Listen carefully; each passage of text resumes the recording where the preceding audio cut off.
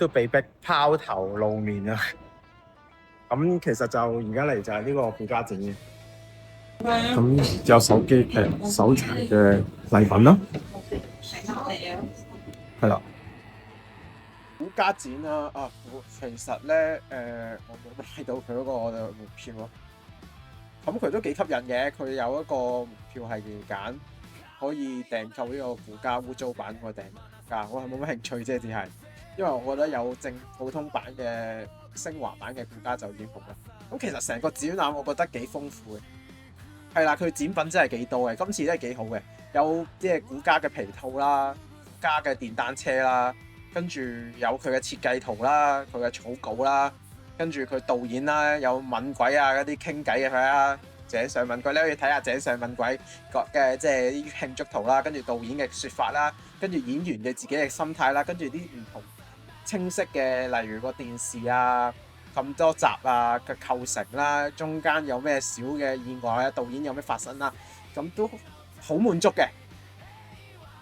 同埋佢有晒股價所有形態嘅原始設計圖由原本嘅點樣設計到成為而家股價嘅紅色嘅形態啦，都寫晒出嚟嘅。咁跟住佢再用即係有得幾日皮套俾大家影相啦，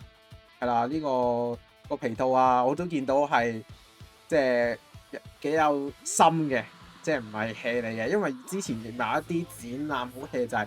佢擺嗰啲稿其實都幾 hea 咯。咁至少即係或者擺嗰啲裝備係少喎。咁起碼呢度啲股家嘅一啲道具啊、皮套啊。所有嘢咧都1比1咁呈現擺晒出嚟咯，你淨係咁同佢影相已經好鬼正，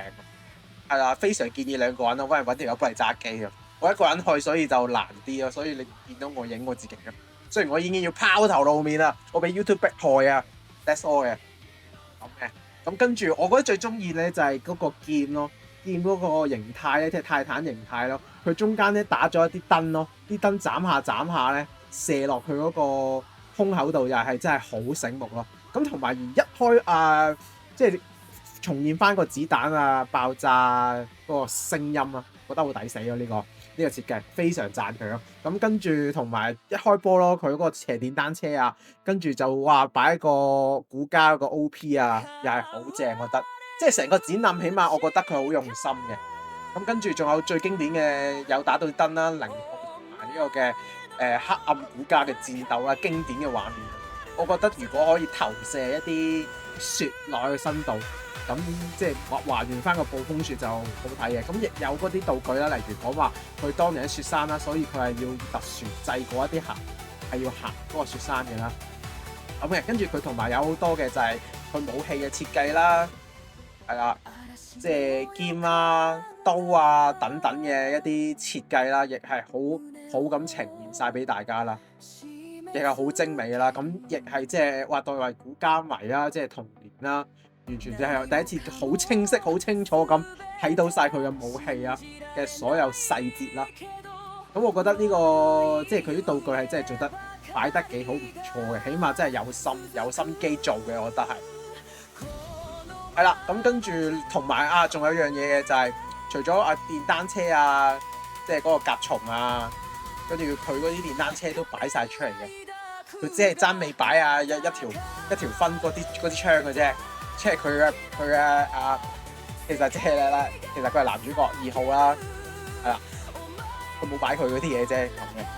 跟住又擺晒設計圖咁嘅，咁跟住佢最有驚喜嘅咧係佢擺埋嗰啲怪人嘅衫啊，怪人嘅裝備啊。呢個先係最經典嘅，亦跟住咧又 smart， 仲有張地氈咧好清晰咁，我冇影到，因為係啦，好清晰咁咧去 show 晒即係發生咁多集發生嘅喺邊度發生呢啲古浪機嘅遊戲，咁跟住同埋喺牆壁全部都有寫晒呢個戰鬥啊，同埋點解佢嘅構成啊，跟住同埋符合翻佢哋嘅要求啊，跟住同埋佢哋有咁多集嘅一啲。嗰啲反派嘅皮套，即係古浪機嘅皮套咯。我覺得呢個少有㗎，因為好少即係會鋪古浪機嘅呢個嘅皮套咯。即係怪人皮套我都好少睇到嘅喺香港嘅展覽度。咁我覺得今次官方供應亦係幾好啦。咁即係俾皮套加展覽出嚟俾大家睇啦，咁啊非常非常之正啦，亦有即係有啲監督嘅簽名啦，咁又站周年啦，仲有一張相啦，啲成個展覽就真係非常之建議大家去睇嘅。就污糟版的款，在這裡，我覺得好戲嘢，超戲。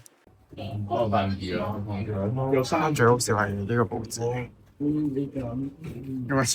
咁樣嘅，唉，最亂就成個展覽啦。